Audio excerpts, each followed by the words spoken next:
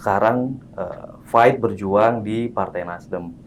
Nah ini apakah kepindahan Anda ini, Anda ada kekhawatiran tidak pemilih akan melihat Anda ini sebagai apa ya, bahasanya itu kutu loncat politik begitu. Ini sempat ramai juga nih kemarin nih kan. Gitu ya. Bagaimana Kang Awe? Enggak, saya kira begini. Pertama, kutu loncat itu kan kesannya seperti avanturir ya. Avanturir, lalu barangkali juga mungkin oportunis. Iya. Artinya perspektifnya itu artifisial. Buat saya, perbedaan partai politik, sebagaimana orang yang pindah rumah kan pasti lihat feng shui gitu ya. Jadi semuanya itu kita nilai, kita dalamin dan lewat proses istihoroh kira-kira begitu. Oke. Keputusan saya waktu pindah partai juga pada hari yang insya Allah lah hari yang berkah gitu pada bulan Ramadan. Ini bukan sesuatu sifatnya sederhana, untuk dengan kajian dan refleksi mendalam. Apalagi kemudian juga ternyata dugaan saya benar. Pada saat itu juga kemudian Mas Anies di-endorse oleh Partai Nasdem. Iya. Sehingga itu semakin menselaraskan ide, semakin menselaraskan gagasan yang coba ingin dibangun dalam sebuah kendaraan partai politik kan begitu. Dan secara real, saya juga merasakan spiritnya itu lebih pas. Oke, di Nasdem. Oke. Semua restorasinya, terus gagasan-gagasan Mas Anies juga sekarang juga betul-betul sangat relate gitu ya, sangat berhubungan sekali, sangat kemudian sangat substantif juga memang itu yang saya mau gitu ya. Jadi pada sisi itu saja misalkan satu kemudian saya ke Nasdem itu untuk berpertimbangkan matang karena split restorasinya, karena politik tanpa mahalnya, karena mereka juga mengapresiasi penuh posisi saya. Gitu. Kemudian juga tarik ke Mas Anies juga secara ide dan gagasannya juga saya pikir itu sangat kompatibel dengan kebutuhan Kabupaten Bogor. Jadi kalau Mas Anies jadi presiden ini, gitu, kira-kira akan banyak kontribusi yang lebih konkret yang bisa saya akselerasikan dengan kebutuhan di dapil atau Kabupaten Bogor. Kira begitu. Lebih dulu mana Partai Nasdemnya atau sosok Aniesnya? Tentu kan Partai Nasdemnya. Jadi terus terang gitu. Buat saya kalau ingin jadi politisi, terus terang Pak Surya Paloh salah satu figur yang layak untuk dijadikan sebagai teladan, baik dari sisi kalkulasi politiknya. Pokoknya berpolitik Pak Surya itu hebat saya. Ya waktu itu saya ngobrol begini, kalau mau jadi politisi beneran politisi ini, carilah yang senior. Kira begitu kan. Dan Pak Surya Paloh salah satu yang saya anggap representasi dari itu. Perwakilan, representasi dari mana sosok yang bisa kita ikuti.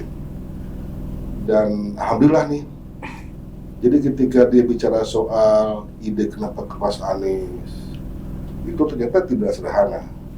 Begitu saya masuk dengan Partai Nasdem, banyak bergaul di sana, ini tidak pragmatis. Ini ada hal yang betul lebih besar gitu ya. Kenapa Pak Surya pilih Mas Anies? Dan ini buat saya ceritanya banyak. Ini betul-betul pelajaran yang buat saya tidak sederhana dan bisa jadi juga baru. Kalkulasinya juga tentu matang. Keberanian Pak Surya Paloh dengan Nasdemnya berbeda dengan Pak Jokowi juga adalah sesuatu hal gitu. Dan begitu Pak Surya mengendorse dan mensupport penuh Mas Anies juga ternyata secara ide juga nyambung. Jadi ini betul-betul seperti ibaratnya botol ketutup buat saya. Jadi wah nyaman. Artinya di partai sebelumnya tidak nyaman. Betul. Saya menimbang betul. Iya. Kita tektokan aja. Saya boleh langsung ke Kang Dondi ya. Kalau Kang Dondi di Nasdem sudah lama kan? Sebetulnya lebih dulu ya. Lebih dulu selisih beberapa bulan saja. Tapi kalau boleh cerita sedikit, sebetulnya saya sama Kang Asep itu tandem itu bukan cuma soal di sini. Jadi pada saat ini memang betul secara politik saya tandem sama Kang Asep. dalam rangka menuju Pileg 2024. Tapi sesungguhnya saya ini teman kuliah beliau. Oke, Jadi oke. sudah- Tandem lama. Jadi tandem lama. Tandem teman, Betul. tandem kerjaan. Iya, iya, tandem iya. hal ya. Betul, betul. Artinya bahwa Tapi- tandem kita ini bukan sifatnya pragmatis, Iya. baik, tapi memang sudah lama, terjalin Kita ngomongnya lama. ide, Oke, oke. kita ngomongnya values, Betul. kita ngomongnya nilai. Gitu. Yang disebut Kang Awe tadi Nasdem, ya memang jargonnya Nasdem dari dulu. Tapi kita tidak tahu ya restorasi kemudian politik tanpa mahar. Ya. Kang Dondi merasakan itu? Oh pasti. Jadi justru salah satu yang paling penting yang saya tertarik dengan Nasdem itu tanpa mahar. Oke. Dan itu secara fakta saya temukan betul di lapangan, termasuk pengalaman saya pribadi. Iya. Saya betul-betul no rupiah, diberi nomor urut. Kang Asep juga demikian. Jadi Gak ada pungutan beneran. Oke, betul, Ya. betul itu. Iya, bener. Sama sekali. Dari era Ridwan Kamil yang kita tahu ya. Iya, saya tahu kok. Malah dikasih duit kalau RK. Oke. Sekarang kita masuk ke ini. Akang-akang berdua ini kan akan berjuang gitu ya, fight di Kabupaten Bogor ini ya, sebagai wakil rakyat Kabupaten Bogor. PR Kabupaten Bogor ini kan, nah Kang Awe aja tadi barusan dari Parung ya, dari Ciseeng. Kang Awe merasakan sendiri bagaimana macetnya Kabupaten Bogor, kemudian infrastrukturnya juga. Sebut saja derita warga Parung Panjang. Nah, ini PR besar. betul. Iya. Apa yang akan bawa ketika nanti akan terpilih? Separuh nih, saya dulu nih atau Boleh silakan Kang Awe boleh. gini. Ini kita ada transfer barang-barangnya. Ya. Ini kan resiko Kabupaten Bogor yang menjadi daerah penyangga ibu kota. Iya. Ya.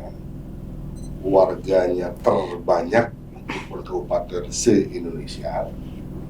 Sementara posisi ruang fiskalnya, anggarannya itu barangkali kurang, kata Iya. karena ini memang penyakit, tapi di suatu tempat. Iya. Nah, jadi kalau lihat dari situ, sesungguhnya banyak sekali persoalannya. Kita ngomong gini deh, Jakarta, Depok, Bekasi, Kabupaten Bogor nih, gitu. Kita penyangga semua nih. Yep. Kan kita bisa coba compare tuh. Kalau kita ingin melihat perspektif Bogor yang apple to apple dengan kota kabupaten lain yang dia juga penyangga ibu kota. Iya. Jadi kan barangkali kondisi Kabupaten Bogor ini barangkali tanda kutip ya, potensi kota mungkin di bawah Tangerang, Iya, di iya. bawah Tidak ada yang Bekasi, sama bahkan. gitu ya. Iya. Gitu. Nah ini saya kira itu kan merefleksikan, mencerminkan bahwa PR-nya banyak banget. Iya.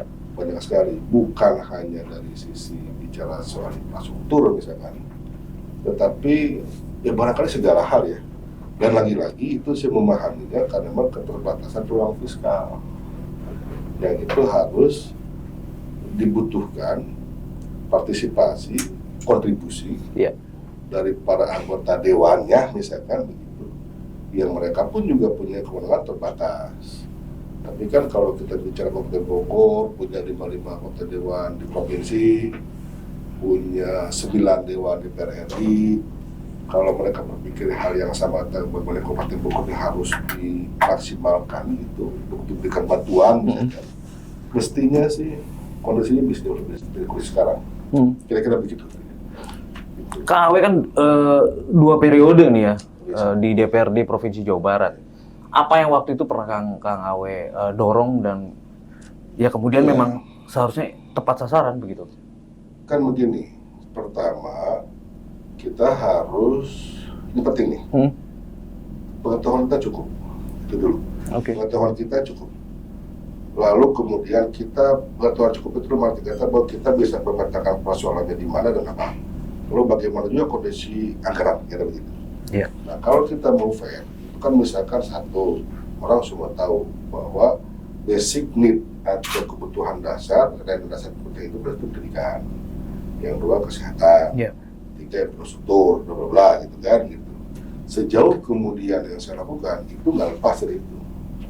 Hari ini barangkali sudah ada ratusan ruang kelas baru Iya. di sekolah-sekolah swasta, baik mulai dari RA, PAUD, TK Quran, madrasah, SMK, SMP juga ada, pesantren-pesantren. Ini penting nih. Iya. Kita jangan ngomong hari ini, saya politik yang pernah bicara pendek. Kemudian kita bagaimana kita menyiapkan di bulan hari ini SDM kita itu memang tanda kutip terfasilitasi kondisinya sekarang dalam urusan pendidikannya, belajarnya. Itu satu hal. Itu soal pendidikan. Itu saja jadi betul-betul prioritas tuh. Yang kedua kemudian kesehatan misalkan. Iya. Terakhir kan juga saya sempat dorong dan bantu Pemkab Bogor ini dengan menggiring anggaran dalam mekanisme Banprop gitu di Kabupaten Bogor untuk membangun RSUD Utara. Angkanya besar, Iya. 112,6. Daerah Parung dan sekitarnya ya. Karena kita lihat bahwa kita harus juga punya pengetahuan kawasan. Iya. Bogor Timur sudah punya RSUD Cilengsi, Bogor Selatan di Ciawi, Iya. Bogor Barat di Liuyang. Kurang, masih kurang. Iya. Bogor Utara belum punya, makanya kemudian dikuasai ke utara. Nah, ini 4 aja sudah ada, masih kurang. Masih Sa. Ini termasuk di lapangan Jasinga masih perlu. Iya, masih lari ke RSUD Kota Bogor bahkan. Iya, Betul. Yang kemudian di selatan aja itu hanya baru mengcover kebutuhan Ciawi juga perlu bisa rubah. Iya. Bagaimana dengan juga mencari ini? Tapi bahwa kita di situlah kita udah ada partisipasi dengan mendorong anggaran hubungan sampai 12,6 miliar itu untuk meletakkan dasar itu terbangun Iya. RSUD Iya. awal. Cuma kan tadi sayangnya kan kasusnya adalah yang terjadi bukan rumah sakit tapi jadi klinik. Iya. Problem, Betul. kan? Betul. Apa itu yang kedua? Yang ketiga itu yang kemudian misalkan infrastrukturnya itu bencana di Sukajaya, Iya. Cigudeg, kan jalan putus tuh, Mm-mm.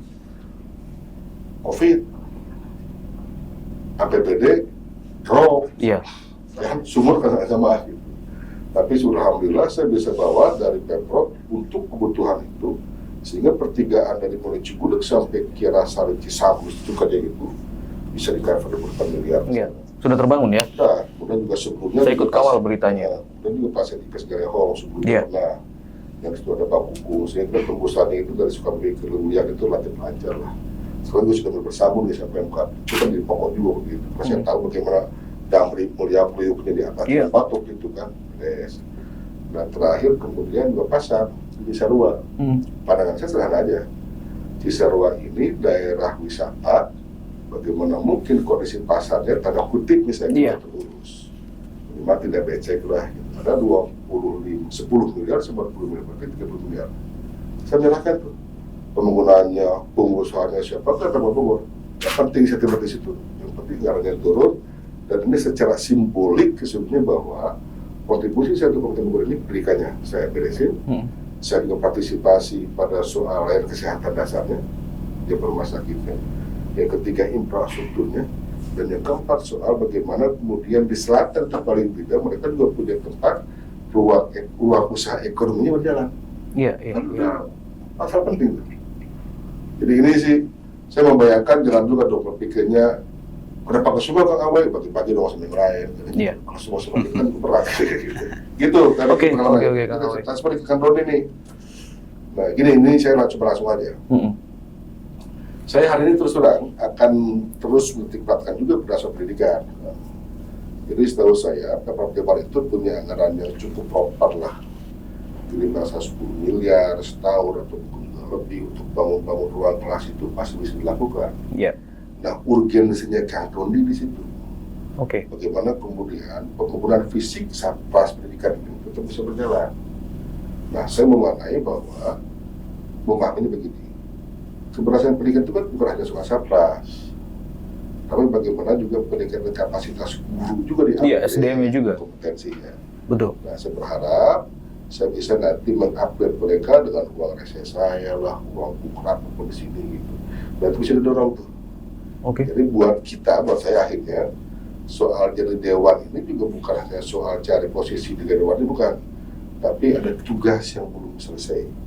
Saya sudah mampu memberikan tanda kutip legacy gitu, warisan politik ini loh status pendidikan. Iya. Nah, ini tolong lanjutin ya, karena masih banyak sekali. Iya.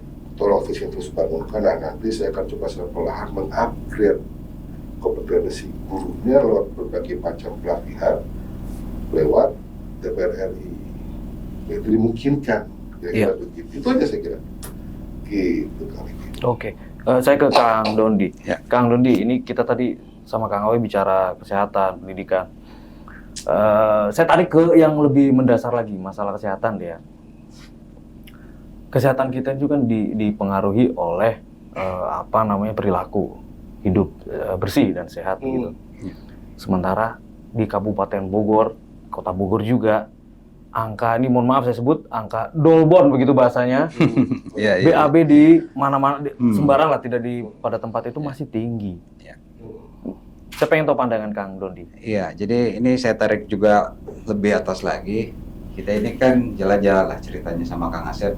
Dalam 10 tahun terakhir ini terus terang, saya sama Kang Asep itu terlibat dalam gerakan politiknya melalui Balawa, Barisan Relawan Asep Wahyuwijaya. Jadi sepanjang pengamatan saya di Bogor, Bogor itu sangat unik karena pertama luas daerah itu, meliputi dapil aja ada 6 lah kira-kira. Kemudian di tiap dapil, di tiap daerah itu punya karakter yang berbeda-beda. Kalau kita ngobrol satu misalnya fasilitas kesehatan, misalnya untuk sanitasi, itu tentunya pendekatannya berbeda antara Cibinong yang kota dengan misalnya daerah di ujung-ujung lah, jauh itu agak sedikit berbeda, sehingga kekhasan tiap daerah itu berbeda sebetulnya begitu. Khusus untuk yang tadi soalnya perilaku yang kurang sanitasinya kurang kira-kira gitu. Memang ini jadi PR kita juga, PR semua. Jadi saking besarnya Bogor ini dan saking banyaknya masalah, Kang Asep itu membentuk satu skema dalam politik kali ini, pilih kali ini, dalam ide yang bahwa masalah di Kabupaten Bogor ini nggak bisa ditanggung sendirian. Jadi hasil diskusi kita ketika Kang Asep menjabat 2 periode itu merasa kesepian, Kang. Oke. Sebagai anggota Dewan Provinsi Jawa Barat dengan segala keterbatasannya, dengan segala kemampuannya. Nah, sehingga saya diminta juga untuk sama-sama kita harus kolaborasi, kita harus gotong royong, karena idenya Balawa ini mempersatukan semua potensi untuk memberikan yang terbaik untuk paling tidak dapil Kabupaten Bogor ini, termasuk salah satunya sarana kesehatan. Seperti apa?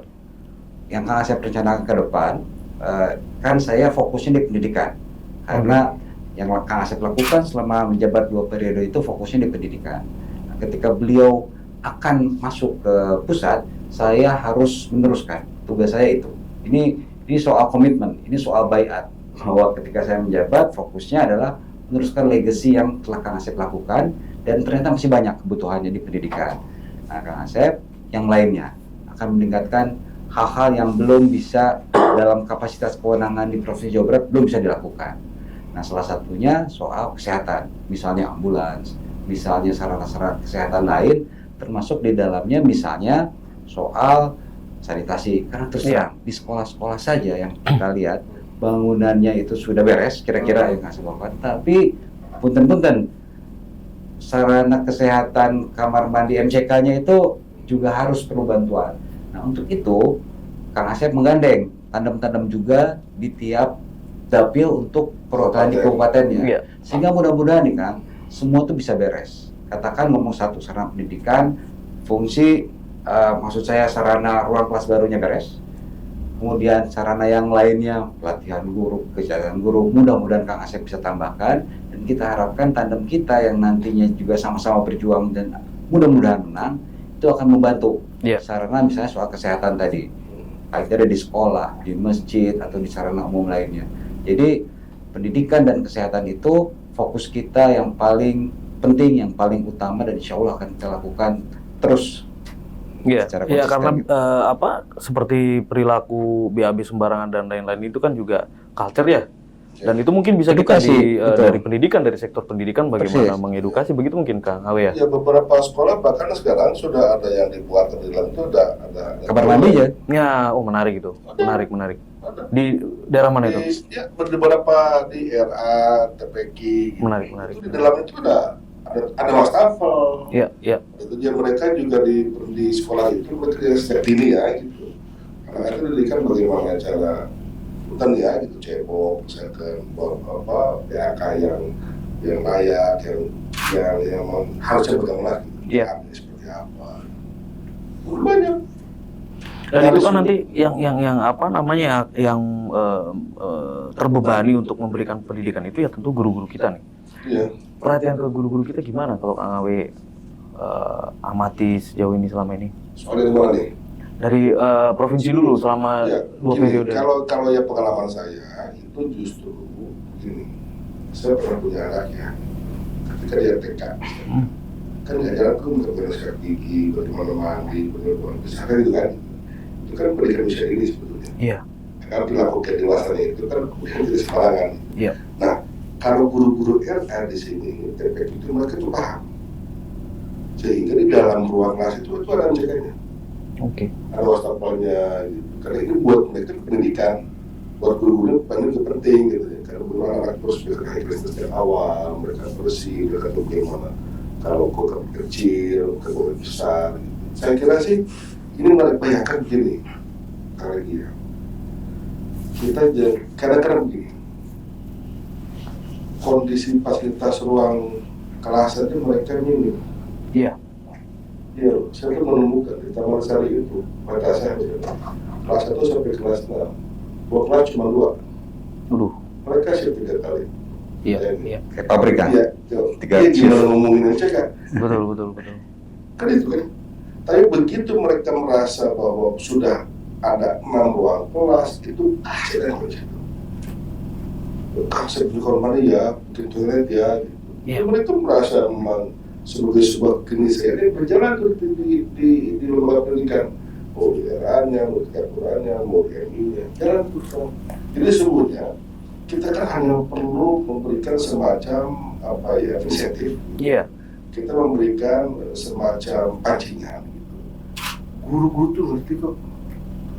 Ketika yang pentingnya udah kita bisa bantu, gitu. Mereka gue hidang sendiri. Iya. Karena kita senang. Apalagi kan begitu ya Iya. karena buat mereka ya. Betul. Toh juga itu hibahnya buat mereka juga di bangunannya. Jadi betul-betul bagus sih, dan sekolahnya itu kadang-kadang lebih bagus di bangunannya sendiri. Iya. Gitu. Ini saya kira menarik nih. Jadi sesungguhnya kalau ngomong rekayasa gitu ya di situ itu semua terjadi. Bukannya soal fisik. Iya. Benar, bukan cuma soal fisik. Mereka juga kan betul. Aduh kan kita nih gaji guru misalkan, mohon maaf ya, honor kita ini kan cuma 1 juta, sabar, biar tawakal gitu. Kadang-kadang untuk pelatihan ketika bayar 100.000 gitu, mereka juga perlu pada ongkosnya gitu. Sementara itu juga variabel penting Iya. yang bisa menentukan keberlangsungan pendidikan kan. Ini nanti udah saya urusin. Bikin pelatihan, cari modulnya, siapa caranya, kita bayar sama-sama. Mereka termasuk ruang kelas sudah bagus, MTK-nya ada, anak-anak Iya. bisa dengan patut dan layak, di tempat di rumah patut dan layak. Terus mereka juga ingin upgrade dirinya. Itu yang bisa jadi percontohan daerah mana tuh? Gini, di Bojong Gede ada, Bojong Gede. di Cibulang ada, hampir semua RA yang kita bangun itu kayak begitu. Boleh nanti kita Iya. expose ya Kang Awe ya. Boleh, Itu keren banget itu. bagus. Ini Ya, lu bisa deh. Iya.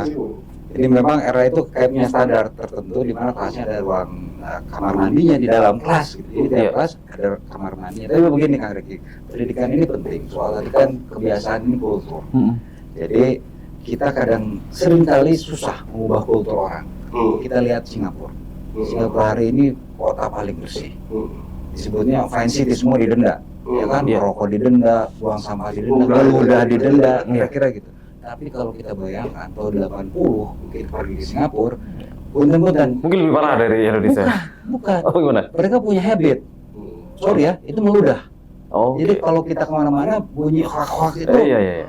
kadang-kadang generasi tuanya, generasi seniornya, itu habitnya begitu dan nggak bisa dirubah. Kepada generasi itu, apa yang dilakukan oleh Lee Kuan Yew?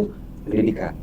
Dia ubah Iya. sejak dini, dididik bahwa tidak boleh buang sampah, tidak boleh meludah sembarangan, tidak boleh buang air kecil sembarangan dan lain-lain.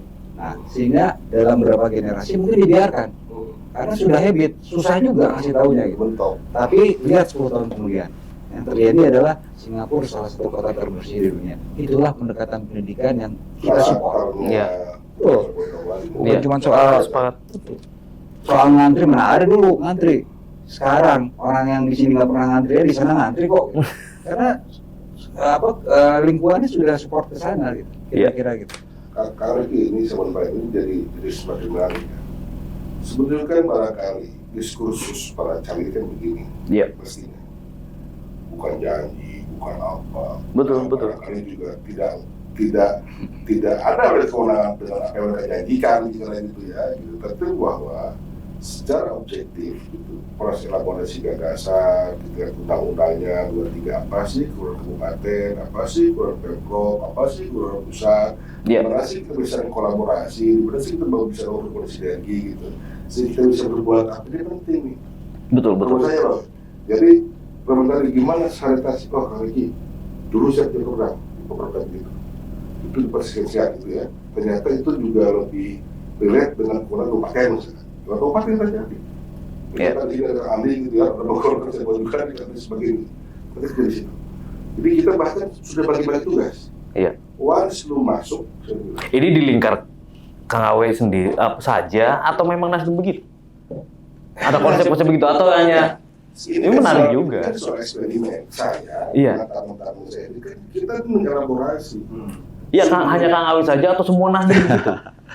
Kita kan restorasi ya, spiritnya. Oke. Yang pasti sama substansinya. Oke. Hanya case by case, barangkali kan betul ini kita perlu juga terdapat jauh. Cuman kita ini begitu. Menarik. Jadi kita begitu. Jadi Kang Doni ini ya nanti, berarti di sini ya. Kalian di mana maksudnya? Itu kita begitu. Nanti lu yang masuk kita lagi sama-sama. Kita Iya. urun 23, kewenangan lu apa, lu komisi berapa, berarti di sini. Tapi nanti kami kalau Anda terpilih kami tagih loh itu janjinya. Oh, ini bukan janji kok. Pokoknya ini gini. Jadi di kita ini bukan janji politik. Ya. Saya ini berangkat ke DPR RI dengan satu tanda kutip konsensus. Bu, apa nih kira-kira? Saya punya pikiran. Kalau misalkan RA ini organisasinya namanya IGRA, punya ambulan perlu, aduh perlu kawin, ambulan, penting buat guru-guru, oke fine. PKPan perlu nggak? Oh perlu dong. Pokja Polda gimana? Oh perlu kawin. Asik tuh, kita udah punya organisasi, sekretariat itu udah kita bangunkan. Iya. Terus di halaman parkirnya ada masing-masing punya ambulan. Jadi sesungguhnya saya tidak ngomong janji, itu sih tidak. Ini konsensus. Meneruskan ya. Bukan ya konsensus kesepakatan bersama kita semua untuk melakukan bahwa ini loh yang kita lakukan. Oke fine. Jadi ada kontrak politik, kontrak sosial yang dulu kita bangun sama-sama. Nah kita diskusi dulu. Apa kepentingan Ibu Keri? Oke. Apa kepentingan kami ke provinsi? Kalau kita ngapain? Kalau kita punya kerjaan kok. Gitu. Nah mari kita, saya bilang, bergotong royong di sini. Karena politik itu kan harus ada sebuah kolaborasi. Iya. Kosong, janji kapan caleg itu udah kayak bupati. kan tidak begitu, gitu loh, kan gitu. Lu nanti di DPRD Kabupaten Bogor ada 55 orang. Bupatinya ada 1 orang. Wakilnya ada 1. Nanti dia ditempatkan di komisi mana? Bakal atau bukan? Iya. Ketua KD atau bukan? Itu berpengaruh tuh. Semua orang-orang Kalau tidak kolaborasi nggak akan jalan begitu ya Kang Awe ya. Iya. Saya pengen tanya sampai mendalam ke Kang Awe karena dari tadi saya sebut Kang Awe karena Kang Asep Wahyu ini lebih akrab disapa Kang Awe ya kalau bagi teman-teman di lapangan ya. Dan saya tahu betul Kang Awe ini ya ke lapangan itu betul ke lapangan gitu karena saya juga ikut meliput zaman masih di DPRD Provinsi Jabar ya. Nah, Kang Awe saya masih pengen di kesehatan nih. Bogor juga Kang Dondi, Bogor juga masih punya PR stunting yang tinggi. Nah ini kemarin ada yang bagi-bagi susu tapi yang kadar gulanya tinggi. Saya nyambung dulu. Iya gimana? Jadi begini, stunting itu bukan hanya semata-mata kesehatan. Oke. Tapi bicara soal sanitasi, higienitas. Iya. Ya kan bagaimana kemudian orang tua memperlakukan anaknya di rumah, ngasih makannya seperti apa. Artinya konsep Anda tadi sudah bisa menjadi jawaban buat semua ya? Iya dong, ngomong soal itu. Kan sebetulnya kita ngobrol nih kalau di profesi sanitasi itu bukan soal faktor kesehatannya. Iya. Tapi juga bagaimana sanitasinya. Penting loh itu. Iya. Bagaimana ada MCK-nya, higienitasnya, nanti kemudian ibunya, kalau konsep Jawanya kan sejak sebelum hamil harus dicek, hamil terus dicek kan. Iya. Sekian bulan pertama bentuk penanganan kitanya. Ini saya cerita sama teman-teman pasien Bu, Ini starting rame. Ibu kan korbannya, iya Pak. Ibu bukan posisinya bisa kan? Iya. Kasihan nggak? Iya. Dikasih honor enggak? Kalaupun ada cuma sedikit sekali, dikasih mereka kemudian dengan fasilitas yang layak juga enggak. Ya, bahkan mereka pun kadang-kadang suka minta ke kita, ya timbangan, ya kasur, ya selimut, ya bantal, ya tersian, segala macam, karena betul-betul pos apa, karena itu kan ada pos Yandu, ada pos Bindu gitu, bayangin loh ibu-ibu itu. Iya. Yang dia urusin orang yang akan lahir setiap dalam dan ibunya, dia cek semua sampai orang yang sudah tua, pos Bindu. Iya. Terus apa apresiasi kepada mereka? Katanya. Nah, itu kabupaten saya ngomong, kalau bisa pastikan adalah berapa kemarin kan Pak Iwan ya ngasih ke RT RW. Kenapa kan pun nggak diperlakukan hal yang sama? Iya. Kalau bicara generasi loh. Betul. Iya kan? Sepakat. Itu kan Saya penting sepakat tuh. sekali. Nanti kabupaten didorong. Kan gitu, gampang aja kan gampang. Bangun argumentasinya, Bu, kenapa RT RW dikasih Pak? Ada tunjangan bertambah, insentifnya bertambah. Kenapa posyandu tidak silakan? Iya. Dari RI mungkin bisa nggak di drop MPASI yang maksimal? Karena itu penting. Sementara mereka ditarget stunting harus kelar gitu kan. Betul. Ya. Itu pada pihak nggak fair gitu ya. Iya. Untuk mereka. Kemudian Kang W, kita bicara ekonomi nih, Kang Dondi. Seperti apa? Ini kan kemarin angka pengangguran juga masih tinggi pasca Covid juga. Iya. Seperti apa Kang Awe dan Kang Dondi melihat potensi-potensi ekonomi yang belum tergali di Kabupaten Bogor ini seperti apa? Ya kalau ngomong pengangguran itu kan isunya semua sama. Iya. Indonesia. Iya. Jadi bukan cuma isu Bogor, itu isu nasional. Jadi barangkali ini kan soal cetak biru, pertumbuhan yang sekarang bergeser pada juga pemerataan, terus bagaimana kemudian saya ingatlah kata Mas Aris dulu ini, kan UMKM juga penting di situ perannya, ya kan? Iya. Gitu. Kalau dia tidak bekerja, UMKM seperti apa? Gitu. Kalau dia bekerja juga bagaimana kemudian, ya misalnya gitu, kita kan terus suka ngobrol.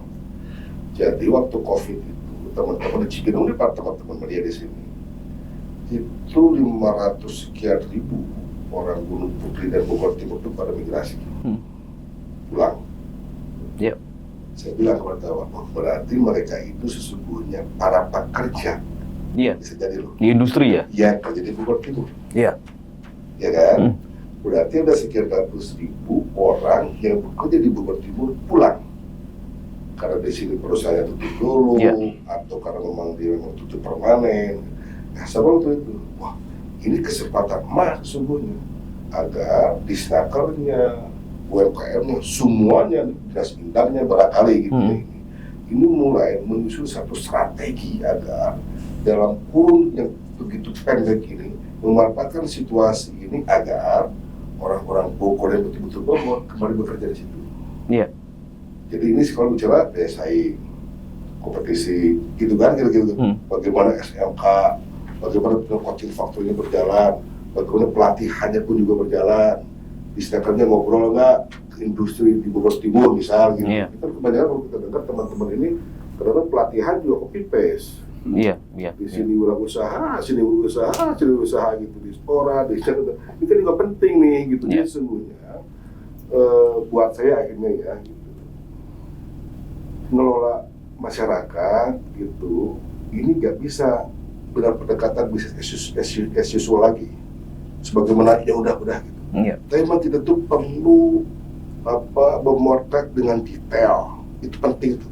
Detailing bagaimana program bisa presisi kita lakukan, agar cukup atau tidak, bisa berapa kali kita lakukan untuk seperti apa, kemudian antar dinas juga seperti apa. Jadi ada internet lah kayak begitu ya, antar dinas kita koordinasikan sehingga tidak ada plagiasi program kegiatan. Kan penting nih. Ini saya sih cerita begini bukan cerita asal ngeblak nih, karena memang ini kelazimannya begitu. Kita tahu di daerah ini kan juga musik anggaran, akhirnya kayak begitu kan. Kita tidak bisa mengkomparasi lu distaker ini ya, mesti pelatihannya ya, kemudian ini diskop itu apa nih, dinas koperasi misalkan, indak apa nih, dispora apa nih gitu. Kan harusnya ngobrol. Jadi ada rencana aksi multi pihak gitu. Ini penting nih. Jadi Dan kali kalau bicara RAPI namanya itu bicara aksi multi pihak itu kan bicara blueprint. Iya betul. Kita belum ada blueprint itu gitu ya. Makanya. Betul. Nah, saya belajar di kasus di Jawa Barat nih gitu. Ingin coba kita juga template kira gitu ya. Nanti saya bilang ke teman-teman tandem ini kalau kita jadi nih sama kita mulai sampai sedetil itu ya. Gitu. Sestrategis itu ya. Ya kita tidak harus biasa semuanya. Tiba kita ada partisipasi, kita harus berkontribusi sangat maksimal di RPJMD misalnya. Nanti masuk ke Banggar, breakdown nih, turunkan ke Banggar, di RPJMD-nya ada bagaimana anggarannya, keleluasaannya, baru kegiatannya. Iya. Terus komprehensif. Kang Riki kalau ngomongin ya uang terbatas. Penentuan naskah kita jadi penting. Jujur loh. Iya. Ya Kang Riki kan nggak bisa dong beli semua yang kita beli. Udah cuma segini kok. Iya. Maka penentuan naskah prioritas itu amat penting sekali. Sehingga kita yang kedua, udah gitu seluruh naskah prioritas itu belum tentu kita bereskan dengan 1 tahun. Karena roster yang terbatas. Iya. Kita cicil apa dulu. Jadi berpikir terus begitu. Karena memang makanya 5 tahun ada 2 periode buat kepala daerah. Sesungguhnya kan PR itu tidak bisa dengan pendekatan yang seperti harus selalu revolutif gitu ya. Iya. Itu harus kedua. Nah berpikir seperti itu penting pemahamannya oleh teman-teman dewan. Kalau saya loh. Iya. Kalau saya di provinsi seperti itu. Iya. Itu sebenarnya. Iya karena kan ini juga kita tantangan sebentar lagi kan Jakarta juga sudah bukan ibu kota begitu ya. Nah ini kan seperti yang Kang Awe tadi di awal sampaikan bahwa kita daerah penyangga ibu kota. PHD juga banyak masuk dari situ, Mais lah, itu kan. Betul. Nah ketika sudah tidak menjadi penyangga ibu kota gitu loh, apa kira-kira potensi yang bisa tergali? Saya boleh mundur sedikit nggak ke dua Silakan, pertanyaan? silakan. Saya agak kelewat tadi ya, soal stunting sama soal pengangguran. Tadi kan Kang Awe sudah menjelaskan demikian komprehensif, mungkin saya nambahkan saja bahwa sebetulnya masalah pengangguran ini erat kaitannya dengan peluang sebetulnya. Kita ini diiming-imingi ada bonus demografi. Iya. Nah, itu kan harus kita prepare. Betul bahwa secara struktur nanti generasi yang produktif, usia produktif akan besar di kita. Dan ini akan bonus demografi. Tapi apa artinya bonus demografi ketika ternyata angkatan gitu ya? kerjanya itu angkatan kerjanya itu tidak siap. Iya. Kalau peluang itu pasti ada. Iya. Sementara saingannya sekarang bukan lagi orang Jakarta, orang Badung, orang Tasik, orang Padang, bukan. Tapi seluruh dunia akan menjadi saingan kita. Sehingga preparing atas generasi yang unggul dalam menghadapi bonus demografi itu sangat penting. Iya. Kajiannya itu, maksud saya persiapannya itu disiapkan sejak sebelum lahir. Erat kaitannya dengan stunting tadi. Iya. Bahwa tidak mungkin masalah stunting ini diselesaikan secara parsial.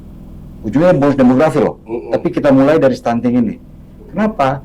Tidak mungkin satu generasi diperbaiki, dikoreksi lebih baik dengan hanya menyelesaikan satu bagian saja makan siang dan susu gratis. Iya.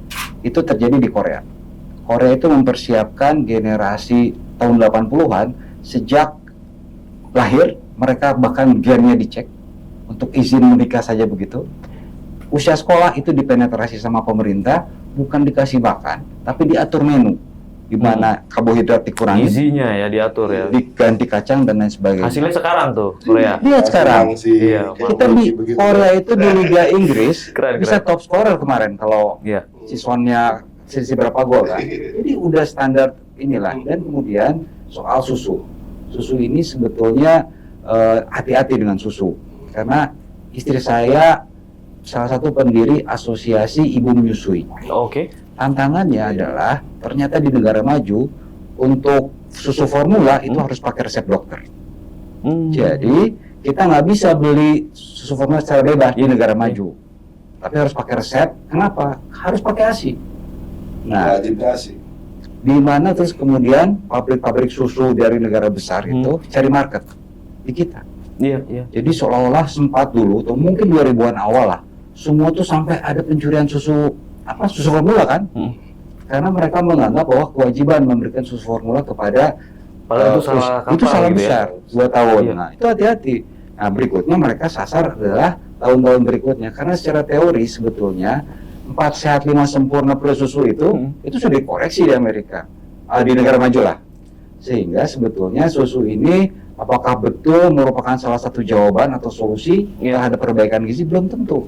Dulu Ada banyak propaganda begitu mungkin ya. Iya. Istri saya sampai diwawancara Reuters, salah satu channel TV di Eropa, tentang strategi perusahaan susu besar mengalihkan marketnya ke negara negara berkembang. Salah satunya adalah ternyata strateginya dengan paksa. Dulu kalau kita masuk rumah sakit bisa jadi si bayi itu dibuat tergantung sama susu formula, Dimasukkan dikasih ke ibu, misalnya begitu. apa di Iya. karantina dulu bahasa Betul. itu ya. Anda boleh cek. Tidak langsung dikasih ASI begitu. Betul. Botol, ya. Nih, Kang Riki Ya, punya logis. anak kan? Iya. Mengalami nggak itu? Saya Mengalami. mengalami. Saya mengalami. Bayi saya itu nggak boleh.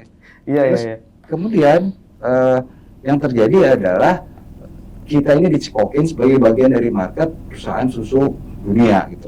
Nah, jadi menurut saya ini harus dikaji lagi apakah betul salah satu solusi untuk stunting itu sesederhana itu. Enggak di situ loh. Iya. Dari awal ketika lahir 2 tahun harus ASI dan bagaimana perilakunya, usia prasekolah dan lain sebagainya sampai apa tadi? Sanitasi dan lain sebagainya. Ujungnya apa? Generasi kita unggul sehingga peran generasi muda ini optimal. Jadi unggul, nggak perlu lagi, mungkin lapangan kerja bisa lebih besar. Iya. Kenapa? Karena saingannya, karena peluangnya besar kok. Kita bisa masuk market di mana-mana, kira-kira gitu. Iya, iya, iya. Itu dari tadi kalau saya baca berarti apa yang Kang Awe, Kang Dondi sampaikan ini, ya justru ini bisa jadi blueprint ya. Iya. Kalau benar terlaksana loh ya, itu bisa jadi Jadi blueprint sebenarnya menurut begini, saya.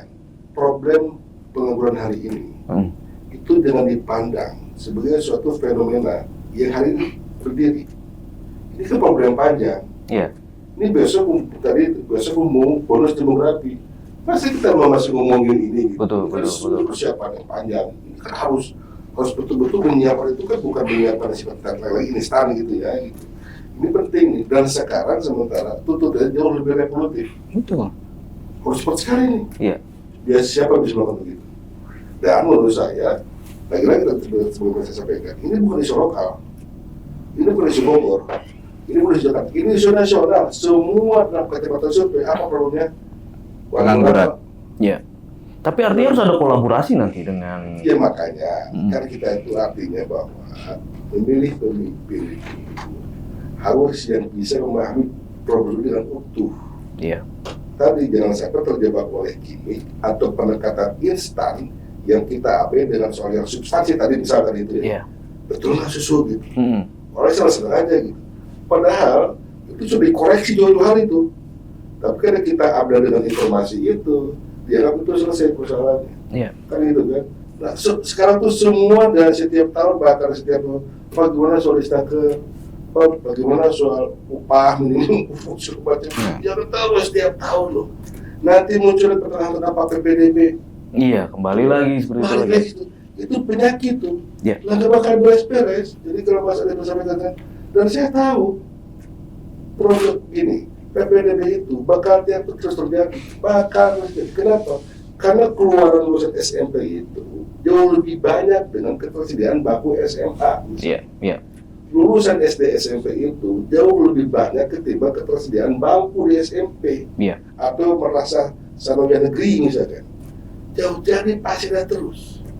Dan setelah kemudian karena desainnya dibuat dengan sedemikian komprehensif dan tidak jauh kita persiapkan nih, makanya bisa muncul apa tuh?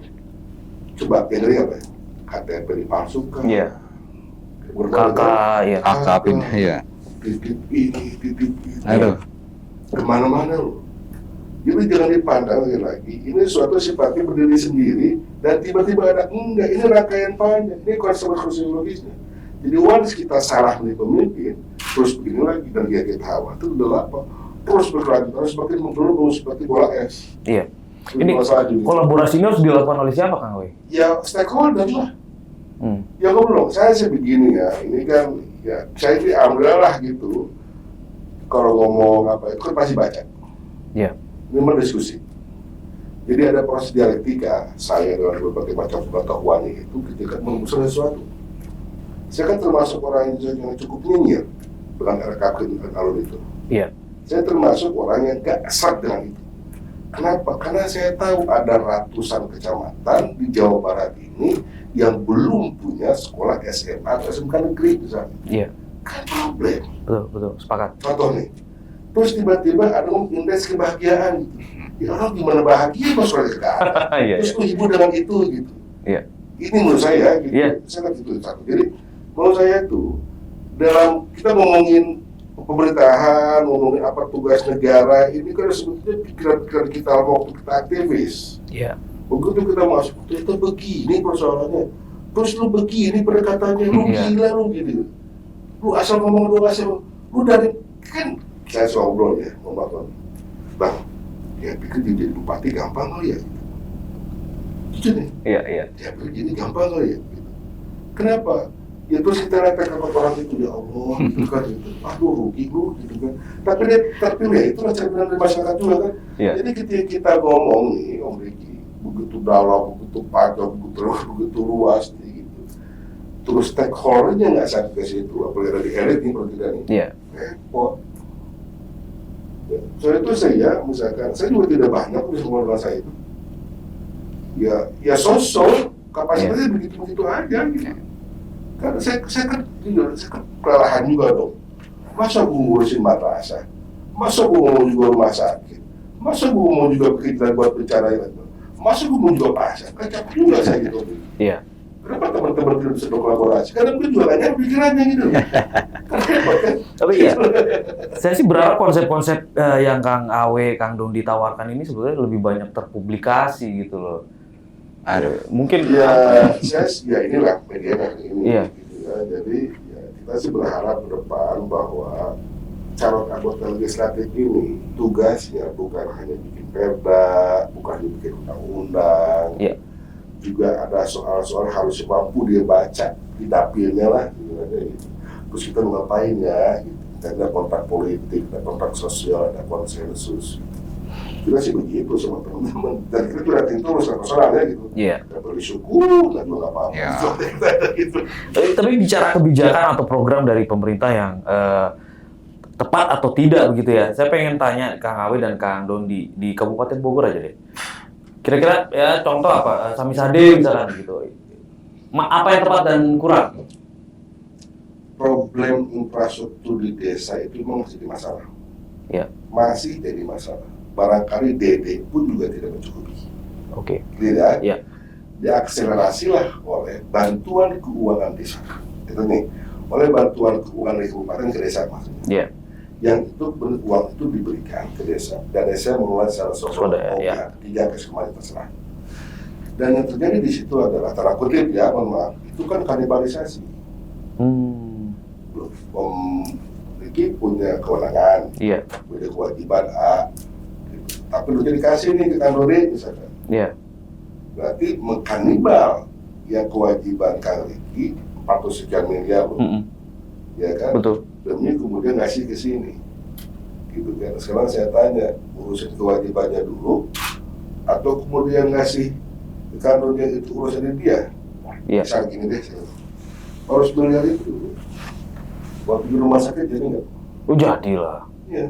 Jadilah. Tapi kata-kata oh jangan, kita sama-sama aja dulu. Iya. Rumah sakit terbakar, ini sih bagus, jalan, menurut saya tuh. Tapi mungkin ada yang bisa lebih prioritas begitu ya, Kang Awe ya. Itu kan saya bilang tadi kan biasa mana? Iya. Kan semuanya kan skala prioritas. Iya.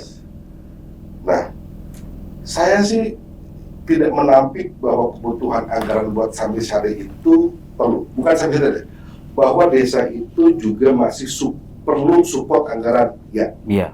Karena barangkali uang segitu nggak cukup dibanding dengan kewajiban-kewajibannya dia. Padahal kondisinya dulu waktu kita belum ada undang-undang desa, mereka berkurang lagi. Iya. Iya. Ya kan, begitu ada undang desa mandiri kan dikasih uang. Nah, misalkan pusat ya ini, rencananya misalkan nambahin, kalau saya minta 5 miliar, 10 miliar misalnya jadi, Iya. mas perlu nggak? Bisa deh. Iya, buat apa? Iya kan? Iya. Jadi menurut saya tuh kan jadi menarik bayangkan loh ya. Ketika kemudian kemarin kita ramaikan sampai sana mau kita perdakan. Iya. Terus tiba-tiba kalau perdakan harus dilaksanakan. Kita Iya, yakin. iya. Tiba-tiba di pusat ditambahin nih di DD-nya. Tidak lagi 1 miliar katakan, tapi jadi 2 miliar. Iya. Jadi desa nanti tambah jadi punya 3 miliar. Terus kewajiban memiliki apa yang dari mana duitnya? Iya. Ya, jadi menurut saya tuh berpikir itu nggak bisa sektoral kan, gitu. Barangkali ke depan, kemarin saya cerita ya, kalau sudah beres, misalnya, anggaplah beres infrastrukturnya, sampai saat ini, Iya. masih perlu nggak si bantuan lagi? Perlu barangkali. Iya. Buat apa misalkan? Buat ya pertaniannya kan, Sektor buat lain ya. kemudian UMKM-nya kan, Iya. buat pemberdayaannya ke isunya, baik itu tani, anak muda semacam. Angkanya bisa proporsional, tergantung proposal, misal gitu Iya. ya. Jadi fleksibel. Nah itu bisa saja gitu dilakukan, tetapi mestinya menurut saya itu tanpa dengan harus mengkanibal atau meniadakan kewajiban yang harus Anda lakukan. Iya. Kita lakukan. Iya. Apa yang harus ya prioritas? Fair gitu loh menurut saya itu. Saya sih Oke, gitu. oke Kang Awe. Kalau Kang Dodi, selain itu deh program-program apa yang tepat atau tidak tepat menurut Anda di Kabupaten Bogor ini? Ya, saya balik ke Samisade dulu bahwa sebetulnya pembangunan di level desa itu penting. Pertama untuk kesetaraan dan kemudian pemerataan kan harus dibangun di desa. Yang kedua bahwa desa itu punya masalah yang berbeda-beda, punya nilai masalah lokal sendiri, punya kekhasan sendiri. Nah sehingga dalam prosesnya sebetulnya untuk Samisade itu nggak masalah, dana desa ditambah nggak masalah gitu. Itu memang menurut saya cukup signifikan bagaimana kita memulai pembangunan dari desa sehingga muncullah pemerataan, nggak timpang gitu ya. Tapi bahwa dalam mekanismenya yang harus kita perhatikan adalah belum tentu satu desa itu butuh dana yang sama dengan desa yang lain, karena perbedaan masalah, perbedaan kebutuhan. Luasnya, Betul. Yang satu butuh urusan sampah, urusan kan beda-beda. Nah sehingga kemudian kelihatannya nggak bisa dipukul rata. Adil bukan 50-50 begitu Bukan ya? begitu, tapi sesuai dengan kebutuhan. Nah, sehingga mudah-mudahan bisa lebih efektif dan efisien. Yang kedua soal mekanisme, jangan sampai ini dijadikan alat. Karena kita bacalah di media yang sekarang ramai gitu. Bukan di Bogor tentunya, ada di beberapa daerah bagaimana dana desa itu dijadikan alat lah untuk hal yang sifatnya politis, lewat mekanisme hukum dan lain sebagainya. Jadi sehingga saya kira yang pertama adalah kita harus cari kekhasan daerah dan itu menumbuhkan kebutuhan dan itu yang disupport. Mekanismenya pasti bisa macam-macam. Nah, tidak bisa 1 miliar satu desa gitu, belum tentu. Dan tentu sama penyerapannya, kebutuhan dan lain-lain gitu. Saya kira lebih pada hal-hal yang lebih substantif dibanding sekedar jumlah-jumlah. Iya, sepakat. Kira-kira begitu. Oke, Kang Dodi, Kang Awe, ini kan di pemilu 2024 ini 60% lebih pemilih itu milenial dan Gen Z. Kang Awe dan Kang Dodi, apa yang Anda tawarkan untuk menyentuh mereka? Apa sih yang mereka butuhkan? Ya kan sebetulnya hampir sama ya. Jadi pertama anak-anak kita lah, tadi kita yang Gen Z atau milenial kan mereka tuh ekspresif. Dan kemudian teknologi friendly lah, atau mereka tuh sangat relate, sangat dekat dengan teknologi. Satu itu ya. Yang kemudian kan mereka ini suka bikin TikTok segala macam. Mereka ini punya keahlian tersendiri di situ yang sesuai dengan dunia mereka sendiri. Itu industri loh, industri kreatif. Nah makanya penting kan. Betul. Saya mau masuk pada ruang itu. Nah, kita ngomongin Korea ya. K-pop itu kan penyukanya itu Gen Z milenial. Dan itu direkayasa. Jadi negara berpartisipasi. Betul. Bagaimana perlu mensupport itu jauh-jauh hari. Sehingga kemudian budaya Korea itu menjadi budaya tanda kutip dunia. Bisa mengglobal. Sama dengan India juga Bollywood gitu ya. Kira-kira betul. Ini pergerakan. Begitu happening gitu loh. Sekarang memang. Nah menurut saya tuh, saya sih terus terang ya, karena kan yang ngomongin Gen Z, milenial, 60% segala macam, ini kan bukan cuma di Bogor juga, tapi juga pada level nasional. Nah bagaimana kemudian sesungguhnya lagi-lagi adalah pemerintah nih, semua nih, bahkan mau pusatnya, mau provinsinya, mau juga kabupaten kotanya gitu, itu juga jeli menangkap kebiasaan mereka, kebutuhan mereka, ekspresi mereka, aspirasi mereka, yang memang itu sangat berhubungan dengan kental dan kesehariannya. Beda ya dengan zaman kita kayak jauh. anak-anak kita ini personal. Jadi kita juga kan, nah Artinya apa? Gak bisa dong kita kemudian, kamu harus begini ya, gitu. Gak bisa juga, ngobrol. Mereka ini kritis, ini saya ngobrol dan nih.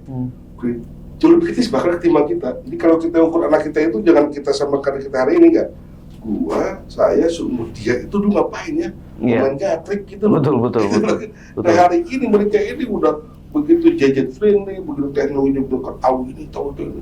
Jadi mereka itu well informed. Iya. Dari karena well informed, mereka informasinya cepat, mereka juga tahu segala macam, paham lah. Nah, telusuri sampai itu begitu, sehingga kita bisa tahu tuh, oh ini ya ruangnya.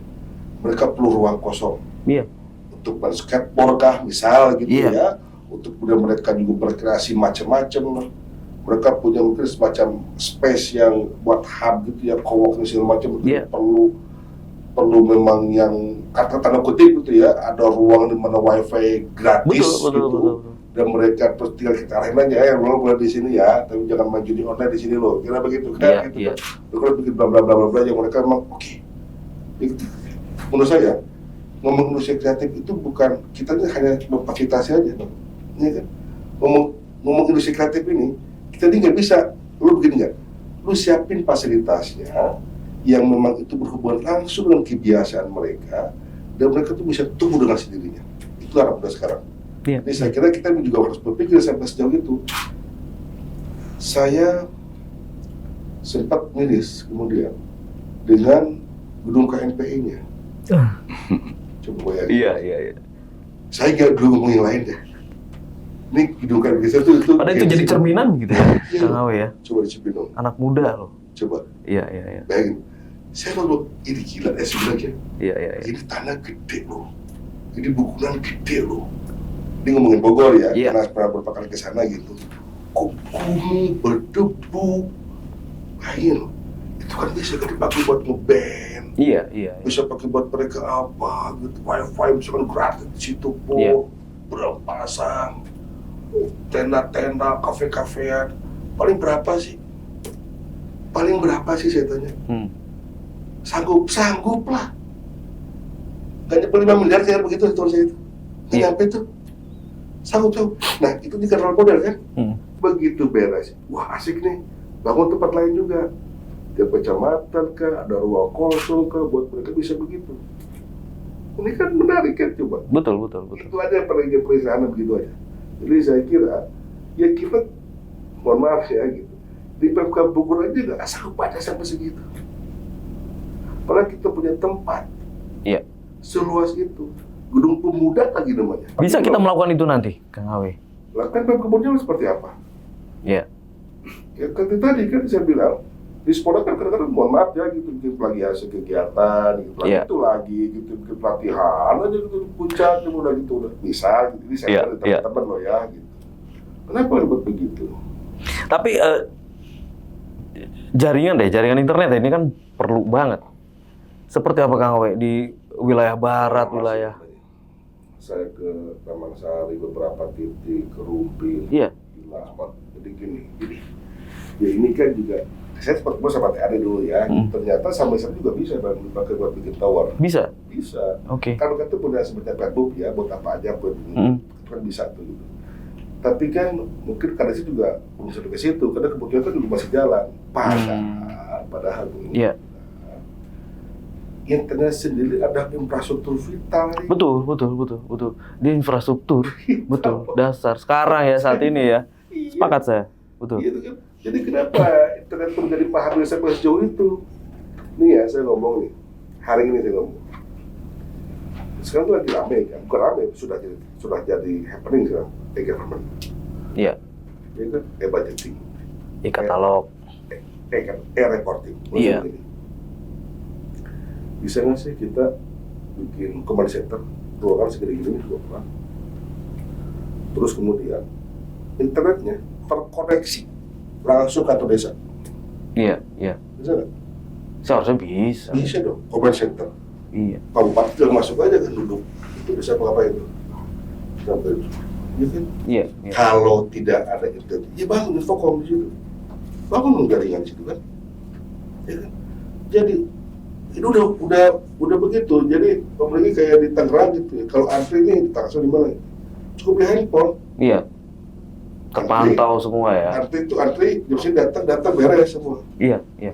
Saya misalkan, mohon maaf, ini kan saya sih nggak tahu ini klasik atau beneran nih gitu. Jadi kalau saya di Jakarta gitu tempat itu, kalau kemarin sempat KTP habis nih, datang Pak KTP saya habis, karena kan saya masuk iya Pak ganti, langsung aja Pak langsung, hanya 10 menit tuh beres. Kalau di sini 3 bulan atau KTP loh. iya. Kalau saya tuh, makanya saya bilang, coba Bogor ini luas, Iya. macet. Pernahkah berpikir bahwa internetlah salah satunya di mana Anda bisa berkomunikasi langsung Iya. dan Anda bisa langsung menembus pada pelayanan yang paling dasar di KTP misalkan. Iya. Pakai dong begitu juga. Iya kan? Ngapain tinggal dikorek, tik sini, nyambung ke distrik capil sini, tik sini. Iya. Kenapa semua harus di Cibinong gitu? Sekarang ngomongin ijab dulu. Pak Riki sekarang kita uploadin langsung besok orang kutu tahu kita. Gitu saya tuh. Iya. Ya begitu nggak Pak Riki? Gitu. Sepakat. Mau saya tuh berpikir itu penting sekarang itu. Iya. Terus cepat, taktis, tanggap, strategis gitu. Itu komprehensif. Ya sistemik juga gitu. Libatkan semua pihak. Tidak harus sering begitu tuh. Iya. Jadi buat saya kalau ada jauh begitu KTP, udah kerjain lu. Nah memang Iya. dengan 23 kayak reporting misal begini, memiliki pengusaha, terus misalkan mengerjakan jalan, laporannya bisa nggak sih langsung? Iya. Bisa kan? Hmm. Gue paling lihat tuh, kemarin tuh Pak Riki PT itu, lihat gua. CCTV Ih, apa? di sini. Mana tuh? Udah bayar belum? Udah bayar Pak, tapi keduanya, tak berapa? Gue pengen lihat. Kenapa? Gua kesana bowling gitu. Iya. Pekan luar kok lama belum kelar-kelar ya. Gue pengen lihat. Bisa tuh seperti begitu. Betul. Dan mudah seharusnya. Jadi menurut saya itu berpikir ini kan sederhana sebenarnya, Iya. tapi efektif. Nah, tapi kan soal begini ini tentu sangat tidak disukai oleh orang-orang yang terbiasa berpikirnya itu kalau bisa gua persulit, ngapain gua permudah? Iya. Nah, itu pasti tidak laku ide begini. Karena begitu ada tuh kocak pisang gitu Iya. sepatang dua batang ini. Ini kan penting berpikir begitu. Jadi buat saya malah nggak ada tuh batasan sepanjang itu layanan dasar. KTP kah, keterangan anak atau apa namanya itu semua bu, ambil kelurahan, bu jauh. Iya. Gitu. Jadi penting dong itu. Sangat penting. Gitu. Dan saya kira hal begitu yang saya pikir mungkin juga kita perlu semacam itu ya Bang. Itu kita perjuangkan nanti itu ya. Ngomongin dong. Tuh nanti kalau Anda jadi kita kasih situ. Iya.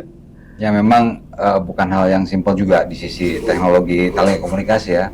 Yang saya tahu pemerintah pusat pun sudah berapa kali nih coba-coba bikin program yang sifatnya menyeluruh. Misalnya internet kecamatan itu sejak dari beberapa menteri ke belakang dan saya kira nggak optimal. Yang sekarang kita tahu semua malah jadi berantakan.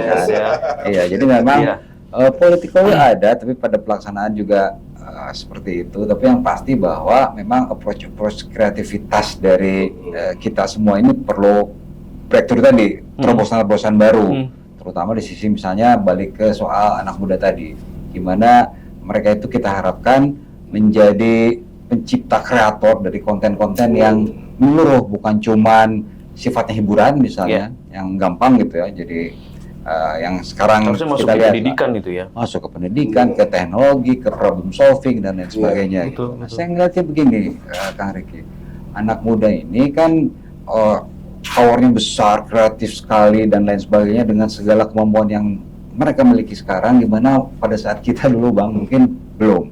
Nah cuman tantangannya pun besar. Tadi Kang Asep sempat sebut soal judi online, itu kan soal serius. Pemain terbesar judi online itu ada di Indonesia. Iya betul. Dan perputaran uangnya betul. Betul. Nah sehingga di balik kreativitas itu tetap kita ini harus berperan, generasi yang lebih senior paling tidak itu berperan untuk menjaga mereka semua dari wisdom kita lah. Kita punya pengalaman hidup, punya hal yang sudah kita alami, itu harus kita transfer juga ke mereka sehingga lebih balance. Jangan sampai betul yang menemukan beberapa konten kreatif yang meledak yang jadi hebat itu kaum muda. Tapi yang nipu kripto juga anak muda kan, yang berapa kali di penjara. Saking kreatif dulu. Saking kreatifnya. Iya. Tapi wisdomnya kan hilang. Nah, Iya, kira-kira betul. begitu. Sementara kita ini dulu demo pertama waktu mahasiswa SD bos. Iya. Iya. Itu masalah penting tiap seminggu cuma sekali dikocoknya dulu kalau nggak salah ya. Apa, togel tuh dulu bahasanya. Bukan, Oh, bukan SD. resmi. SB. Oh iya, iya, bukan. SD. Wah. Saya nggak ngalamin gitu. Iya, iya, pasti begitu. Nah, artinya Iya, iya. masalah itu cukup serius di mana waktu itu perputaran seminggu sekali. Sekarang 24 jam di kamar. Iya betul. Itu lebih mengerikan dan nah itu tadi. Jadi butuh wisdom dari kita. Yang ketiga mungkin jangan pandang juga kaum Gen Z millennials ini sebagai komoditas. Jadi Bukan subjek. iya, mereka itu subjek termasuk sisi politik. Iya. Jangan sampai banyak hal yang saya dengar bahwa mereka itu ignore nggak peduli gitu, nggak care sama politik, nggak tertarik lah. Jangan mereka pertama tidak diberikan pendidikan politik yang ideal, Iya. tapi perilaku yang aneh. Yang kedua yaitu tadi teladan mereka terhadap dunia politik adalah perilaku politisi yang melanggar hukum, melanggar etika untuk kepentingan keluarga sendiri, kepentingan sendiri. Dinasti gitu. Ya saya nggak ngomong gitulah. Segala macamnya. Kita bisa ngomong 2 hari lagi untuk. Iya. Tapi poinnya adalah Gen Z millennials ini harus dipandang sebagai subjek. Kita harus duduk bareng, kata Kang Asep, ngobrol sesuai kebutuhan, di mana mereka punya kreativitas, kita punya wisdom, sehingga ada keseimbangan dalam melakukan temuan-temuan baru lah yang bermanfaat gitu. Jangan judi dong yang lu mainin gitu, jangan penipuan kripto dong gitu. Itu kira-kira begitulah. Oke. Tapi kan juga para calon pemilih kita ini juga tidak ada ruang mereka untuk mengenal caleg-caleg ini gitu. Kang Awe, mereka hanya melihatnya mungkin di spanduk-spanduk di pinggir jalan begitu kan? Iya, karena begini, saya sering ngobrol nih, kalau kita kan muter ya.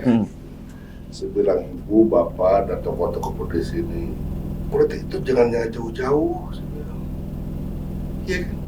Politik itu soal kita loh. Betul, way of life.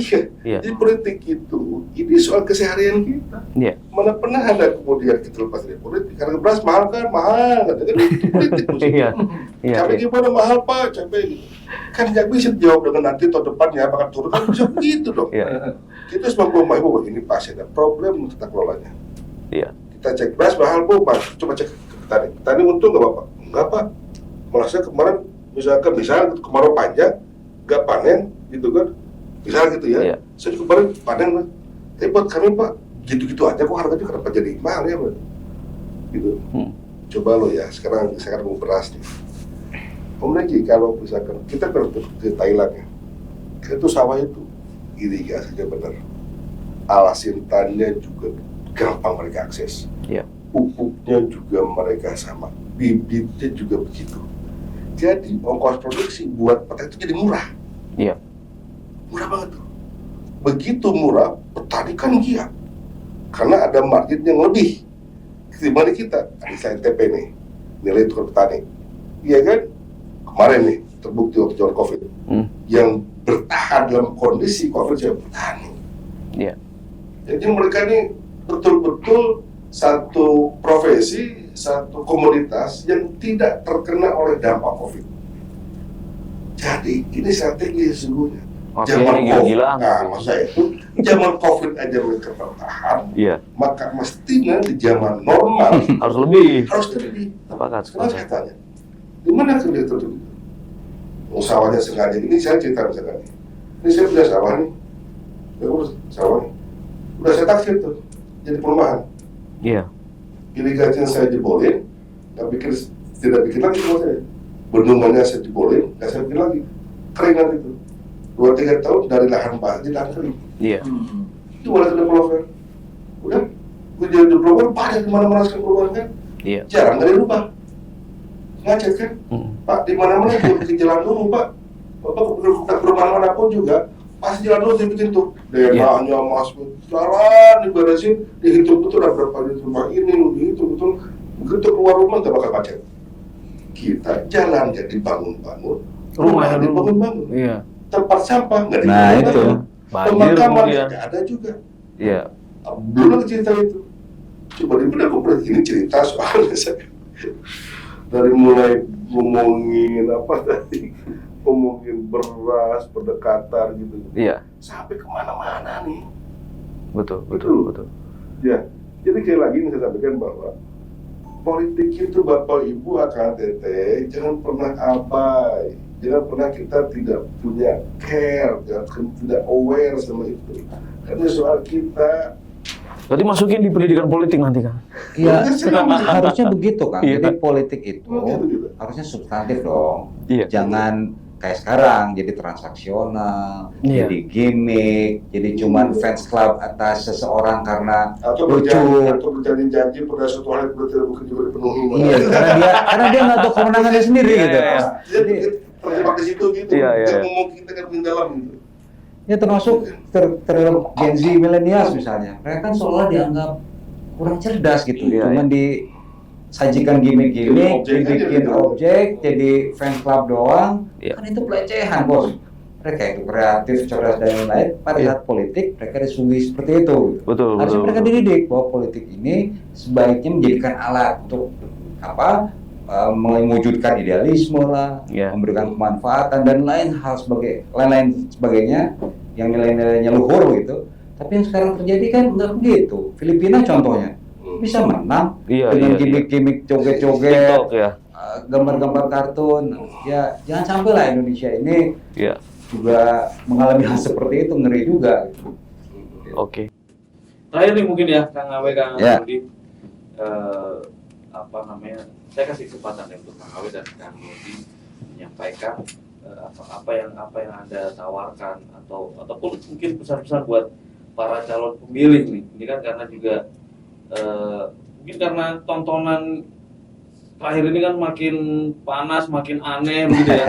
Jadi mungkin ada angka yang kita khawatirkan angka golput bisa tinggi dan lain-lain gitu. Mungkin ada yang ingin disampaikan, enggak?